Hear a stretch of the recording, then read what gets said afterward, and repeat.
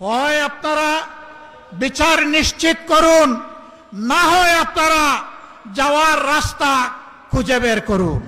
ক্ষমতায় বসার পর এখন তাদের সুর পাল্টে গেছে। ঠিক ফেসিবাদের রাজপথ ধরেই তারা এখন হাঁটা শুরু করেছেন। অত্যন্ত দুঃখ ভারাক্রান্ত হৃদয় নিয়ে আজ আমরা আপনাদের সামনে দাঁড়িয়েছি। দীর্ঘ 17.5 বছরের ফেসিবাদী শাসনের জাতাকলে পিষ্ট এই জাতিকে আল্লাহ তাআলা আমাদের ছাত্র, শ্রমিক, যুব জনতার আন্দোলনের মধ্য দিয়ে মাত্র 2টি বছর আগে আমাদেরকে মুক্তি দিয়েছিলেন। সেই সময়ে যে দলটি আমাদের মতোই মজলুম ছিল, নির্যাতিত ছিল, আজকে তারা ক্ষমতায় আছে।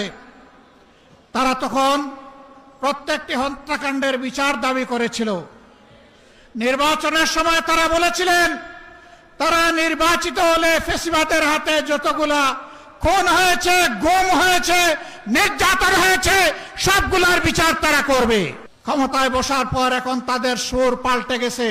বিচার তো তারা করছেই না, বরঞ্চ আপনারা শুনেছেন 4 মাসে 600 জনের অধিক মানুষ নির্মমভাবে বাংলার মাটিতে খুন হয়েছে। আরো দুঃখজনক, এই দলটি নিজেদের হাতে নিজেদের কর্মীদেরকেই খুন করেছে।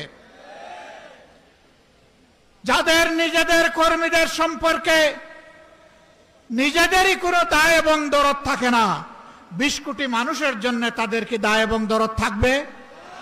আমরা কোনো লক্ষণ দেখতে পাচ্ছি না। লজ্জার বিষয়, ফেসিবাদ থেকে মুক্ত হওয়ার কথা বলে ঠিক ফেসিবাদের রাজপথ ধরেই তারা এখন হাঁটা শুরু করেছেন।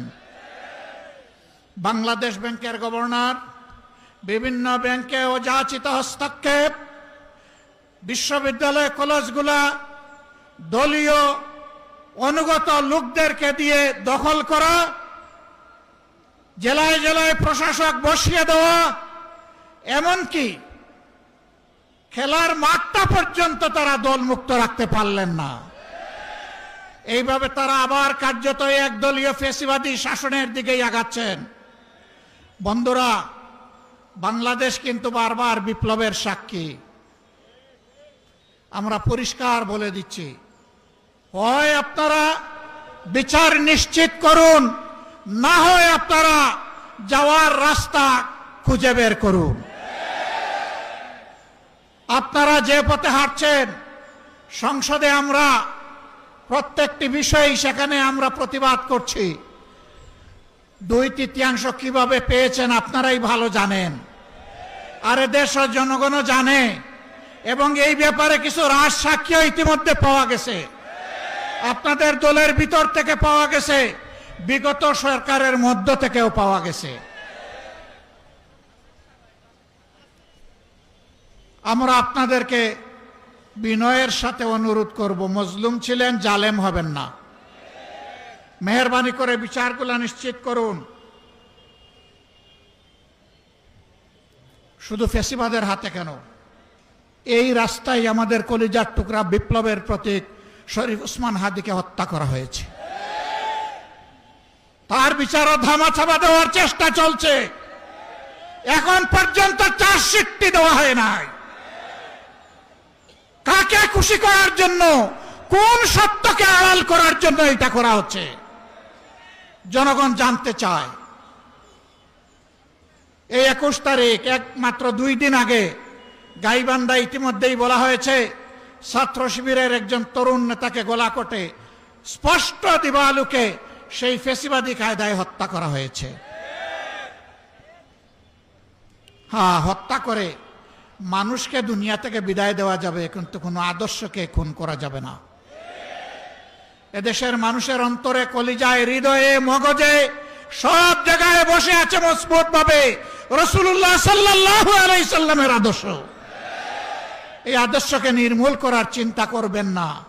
যদিও আপনাদের একজন সিনিয়র নেতা ঘোষণা করে দিয়েছেন নির্মূল করবেন, অতীতে যারা নির্মূল করার ঘোষণা দিয়েছিলেন তারা নিজেরাই আজকে নির্মূল হয়ে গেছে। নির্মূল বেশি করবেন না, এটা এক ধরনের ভাইরাস। এই ফেসিবাদের ভাইরাস, চাঁদাবাজির ভাইরাস, দুর্নীতির ভাইরাস, দলীয় শাসনের ভাইরাস, এই সকল ভাইরাস মুক্ত করার জন্য আরেকটি বিপ্লব অনিবার্য হয়ে উঠেছে। সেই বিপ্লবের জন্য আপনারা কি প্রস্তুত? মানুষের জীবন, ইজ্জত এবং সম্পদ দেশের সীমানার জন্য আরেকবার কি জীবন দেওয়ার জন্য প্রস্তুত আছেন? বন্ধুরা, এই বয়সে আমি এবং আমরা পিছিয়ে থাকবো না, সম্মুখ সারিতে থাকবো, আড়ালে আবদালে নয়। তবুও বাংলাদেশের দিকে কাউকে লাল চোখ দিয়ে তাকাতে দেব না ইনশাআল্লাহ। কোন কালো হাত বাড়ালে সেই হাত ঘুরিয়ে দেওয়া হবে। 20 কোটি মানুষের 40 কোটি হাত এই দেশকে পাহারা দিবে ইনশাআল্লাহ। কারো বাবার সাধ্য নাই এ দেশের স্বাধীনতা এবং সার্বভৌমত্ব নিয়ে টানাটানি করার। মহান আল্লাহর উপর ভরসা করে আপনাদেরকে আগামীর সেই বিপ্লবের দাওয়াত আজকে দিয়ে রাখলাম। সংসদে যতদিন পর্যন্ত কথা বলার পরিবেশ থাকবে, জাতির স্বার্থে যতদিন পর্যন্ত থাকার দরকার হবে, তার বাইরে আমরা 1 সেকেন্ডও থাকব না। যেদিন সংসদের প্রয়োজন ফুরিয়ে যাবে, যেদিন মনে হবে এই সংসদে আর কথা বলে লাভ নাই, সেদিন সেই সংসদে খোতা হাফিজ বলে আমরা বেরিয়ে আসব। প্রস্তুত থাকুন সেই বিপ্লবের জন্য।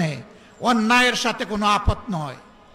নতুন পুরাতন কোনো ফেসিবাদ মানি না। পুরাতন পরিত্যাজ্য, নূতন ঘৃণিত। কোনো ফেসিবাদ মানব না ইনশাআল্লাহ। জীবন যাবে, জীবন একটাই, সেই জীবন যাবে আল্লাহর জন্যে, সেই জীবন যাবে মানুষের।